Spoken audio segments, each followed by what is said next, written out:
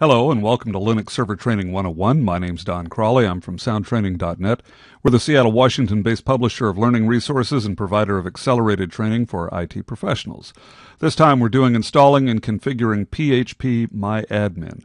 And it's based on my book, The Accidental Administrator, Linux Server Step-by-Step Configuration Guide. The book is certainly not required to follow along, but if you'd like to get a copy, it's available at Amazon.com and other online resellers.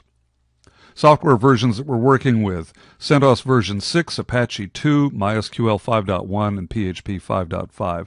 The procedures that I'm going to show you may work with other versions, but they haven't been tested, so you can try them, and they will probably be helpful, but you may have to make some minor adjustments.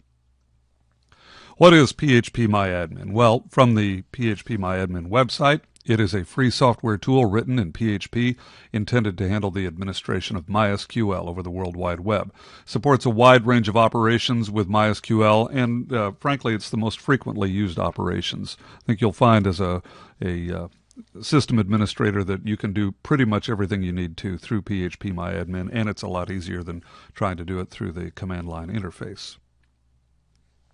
Here's the network diagram that we're going to be using. You'll need a workstation with the IP address of 192.168.101.2.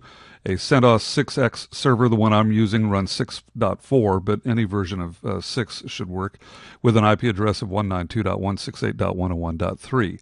You can use different addresses, but obviously you'll need to modify the commands accordingly.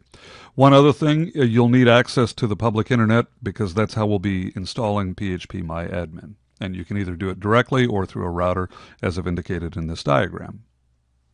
So here are the prerequisites: a computer running the Linux-based operating systems such as CentOS. I'm using 6.4. It will need to have Apache, MySQL, and PHP installed.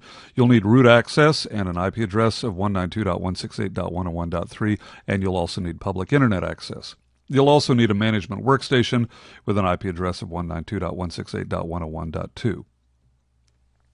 Steps to install phpMyAdmin. It's pretty simple. You'll install the RPM Forge repository. You'll install phpMyAdmin, configure it, and then restart HTTPD, and you'll be up and running. Here's your disclaimer. This video is provided solely as a courtesy to you, our viewer. There are no guarantees whatsoever. Please do not attempt these procedures on a production server without first testing them for security and suitability in a lab environment. Performing these procedures may open your server to possible attacks, so make sure you have current backups and take precautions, including data encryption and additional access controls to protect sensitive data. Just generally good advice, right? So let's do the demo. Now, the first thing we need to do is just get a couple of pieces of information to make sure that we're installing the right version. So we need to check our version of CentOS with the following command. You can use cat or less, either one works, /etc/redhat-release, and that'll tell you the version that you're running. In this case, as you can see, I'm running CentOS release 6.4. You may see Red Hat or whatever you're running, but you just need to know that. Now you need to check your system's architecture with the following command: uname -r. And as you can see, I'm running the 32-bit operating system. I know that because it says i686. If I were running a 64-bit operating system, then it would say something like x86_64. So either way, now you know, and now we can determine what the proper RPM package is to download. Now we're going to go to RPM Forge, but it's no longer called RPM Forge. It's now called Repo Forge, and that's the new version of RPM Forge if you're familiar with the old way of doing it. And frankly, the new way is a whole lot easier. So we're going to go to the website. I've already got it up on a browser. Here it is, and we're going to choose the appropriate package for our architecture. So as you'll recall, I'm running a 32-bit architecture, so I'm going to go over and choose under version 6 because I'm running CentOS 6.4. So I'm going to right-click on i686 under the EL6 line, and I'll choose Copy Shortcut. Now I'm going to go back to my command line window, and I'm going to use the command RPM -UVH, and then I'm going to paste that shortcut in here. I could type it, but if I tried to type that long a line, we'd be here for a week because I'd fat finger it so many times. So we'll go ahead and hit enter. And it's whirring, retrieving the package. And now it's preparing it, installing it, and we're done. That's pretty easy, especially if you remember the old way of doing it. Now all we have to do is install phpMyAdmin with the command yum install phpMyAdmin. And again, it whirs for a moment, contacts the mirrors, resolves any dependencies. In this case, there aren't any. Confirms that we want to do the installation, and yes, we do. So we'll say yes. Downloads the packages, tests them, throws off a couple of warnings, but that's because we're using the repo forge, which is outside of the normal, the defaults. And now it's doing the installation.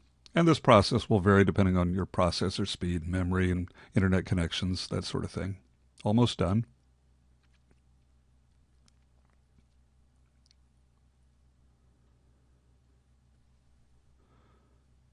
And it's verifying it. And now we're done. And now we've got phpMyAdmin installed. Now, we still have to go in and make a couple of configuration changes. So the first one we need to do is we need to allow our workstation to access phpMyAdmin. So let's go modify that particular file. I'm going to use the VI text editor. You can use Pico or Nano or Emacs, whatever you prefer. But I like VI, so we'll do VI etc httpd conf.d and then phpMyAdmin.conf. That's the configuration file. And if you'll look there, you can see that right now it only allows connections from the local host. So we want to allow our connections from our management workstation. So we're going to use the arrow key to go down there. And again, arrow key to go over. We'll type I for insert, and we'll put in the IP address of the management workstation, which is, in our case, 192.168.101.2. And now we'll touch the escape key to get out of insert mode. Do a :WQ for right quit. That's save and exit. Now that's done. And we need to also modify another file to change how we do authentication. So we're going to modify a file called config.inc.php under the phpMyAdmin directory. So again, VI, USR, share, phpMyAdmin, config.inc.php. Oops, missing a G there. And we're going to use the arrow key to go down under authentication. See where it says authentication type cookie? We need to change that to HTTP. So we'll use the arrow key to go over. And I'm going to use the command CW for change word, and we'll type in HTTP, touch escape, and then :WQ for right quit. And now we'll restart the HTTP server. So service, HTTPD, restart. It's going to whir for a moment, stopping HTTPD. That's the Apache web server, of course. Like I mentioned in another video, I always feel like a baseball play-by-play announcer because there's these long pauses while nothing happens. And it restarts it. Has a complaint about the fully qualified domain name, but that's because DNS, that really is not an issue related to what we're doing here. So we've got that going. Now let's go back to our browser. You'll notice that it's still on RPM Forge, but let's go up to the address bar and we're going to type in 192.168.101.3. That's our web server, and we're going to type in phpMyAdmin. It's asking us for our username, in this case root, and the password.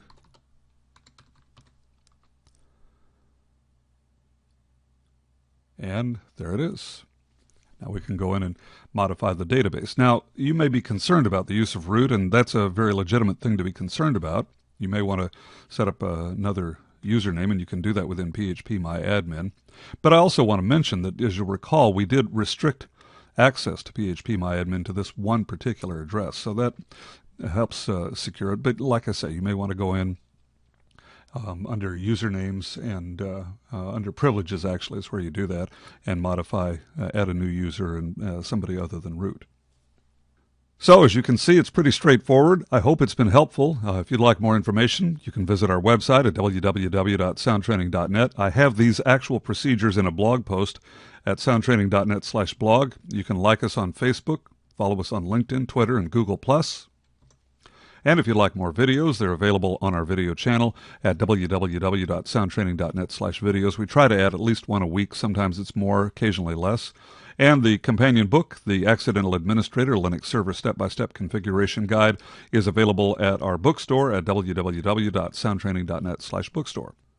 Well, like I said, I hope it's been helpful for you. For soundtraining.net, I'm Don Crawley. I'll see you next time.